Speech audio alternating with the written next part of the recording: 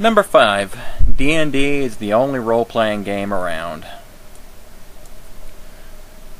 This myth is only directed at those people completely unfamiliar with role-playing games. D&D is a household name that's been in existence since the 70s, and it's not too difficult to understand why. It's the same reason why people totally unfamiliar with video games still recognize Mario. D&D has had kids shows and figurines of all sorts. Its name alone has been the biggest cash cow for hundreds of tiny little products and merchandise, and for a time it was difficult to get away from sometimes. On top of this, a lot of shows sometimes like to make references to it. Unfortunately, those shows tend to portray the game in an unfavorable light. Sometimes when I suggest the idea of role-playing games to people, they'll go, "No thanks, I'm not interested in fantasy and dressing up and all that." To which I respond, "No, we don't dress up, and you also don't have to play D&D. There are hundreds of games with different genres and styles. You can play a paranormal investigator in a Lovecraftian universe. You can play a superhero or an elite cybernetic hacker. Heck, you can even play a hot-blooded teenage mech pilot battling the forces of Cthulhu." And I haven't even scratched the surface of the iceberg.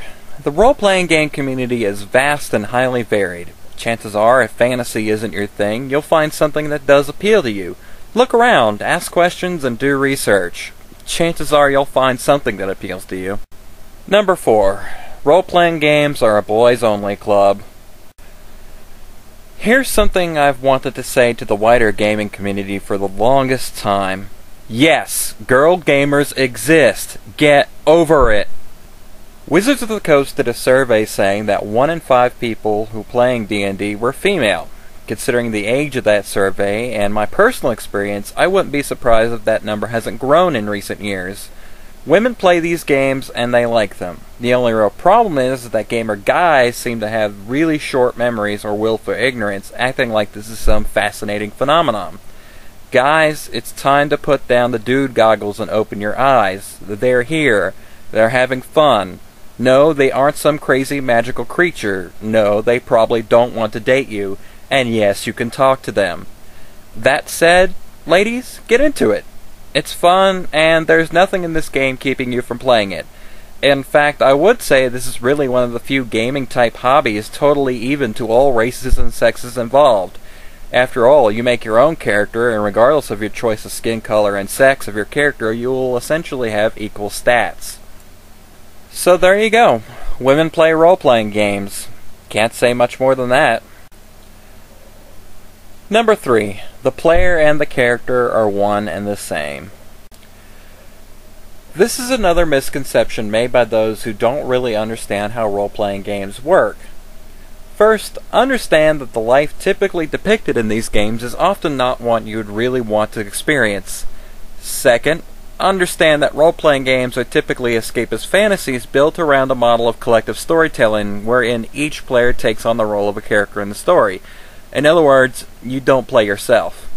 In fact, it's seen as something of a newbie mistake and a faux pas in many gaming circles to intentionally play yourself. After all, the idea is to play from a perspective different from your own in a fantastic world limited only by the player's imaginations.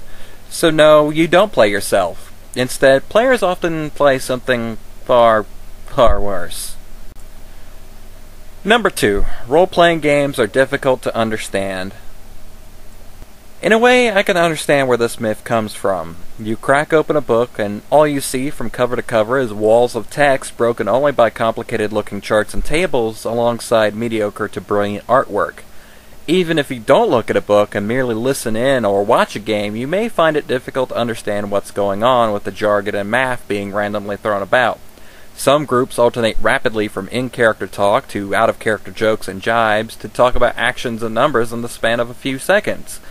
It can seem confused and unorganized to an outsider without any context to go on. However, you do notice one thing.